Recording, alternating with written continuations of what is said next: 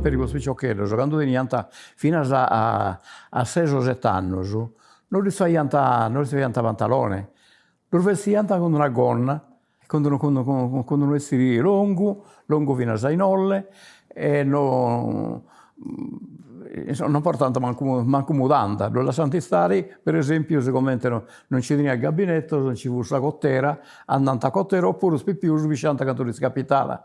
Poi dopo, quando cominciant a essere mattuccus, tanto li vestiant, tanto li faiant su pantalone. Cino prima li faiant sa raghichedda, su quale si faiant sa raga, invece di fare su femmine, era su costume antico, no? 14 anni tenia, sì, sì.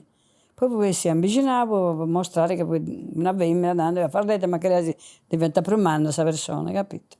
Si comprava sa roba, poi ci furono ci facevano sa varrete, mi diventava i spelliasa, tenne Maria Villiu generata e fisieda Villia. Vestiti mi diventava fatto isso a me. Mestre de vanno, si va i costumi, facendo cippone, farretta, capito? E vai per i camisas facendo. Mi hanno fatto su cappotto e visto in cappotto deo. Già una carta s'avvise su maresciallo e ci bevia da noi a parlare di Giovanni Varci e sa sorella del dottor Angelo, Anna Maria Stocchino.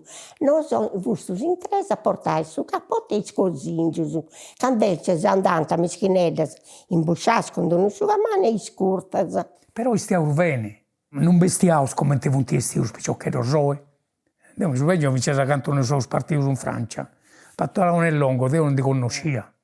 Sotto pantaloncino, pantalone scurto di velluto, non si fa a noso, sa buon'anima di Maria Doa, sa sarta. Vai a cucire, pantalone di velluto e cosingius fatto di spinnas, cosingius si usano pastores per ancora, di pelle grua. Ci furono femmine che facevano i vestiti.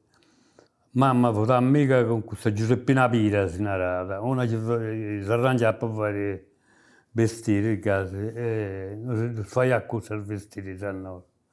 Giuseppina Pira.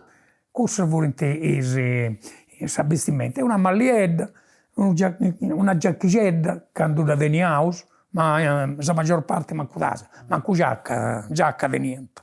Si vestia da me da semplice, poi di un ufficio passava a satto.